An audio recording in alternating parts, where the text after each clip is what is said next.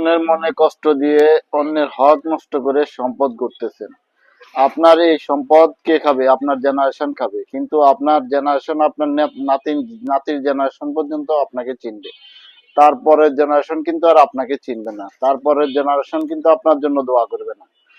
ছেলে এবং নাতি পর্যন্তই দোয়া পাবেন, কিন্তু আপনার পাপটা, আপনার মানুষের মনে যে কষ্ট দিয়ে যান, সেই কষ্টটা কিন্তু আপনাকে শেষ বিচার পর্যন্ত অপেক্ষা করতে হবে, এবং সেটার জন্য আপনাকে বিষক্রিয়া গ্রহণ করতে হবে শেষ বিচার পর্যন্ত।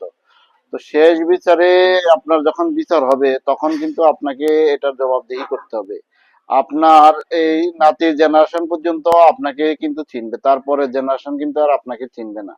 তো তারপরের জেনারেশন কিন্তু আপনার জন্য আর কোনোভাবেই দোয়া করবে না।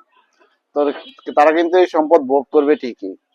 তো সম্পদ গড়ার সময়, মানুষের কষ্ট, মনে কষ্ট দেওয়ার সময়, মানুষের সাথে প্রতারণা করার সময় একটু চিন্তা ভাবনা করে করবেন। ধন্যবাদ সবাইকে।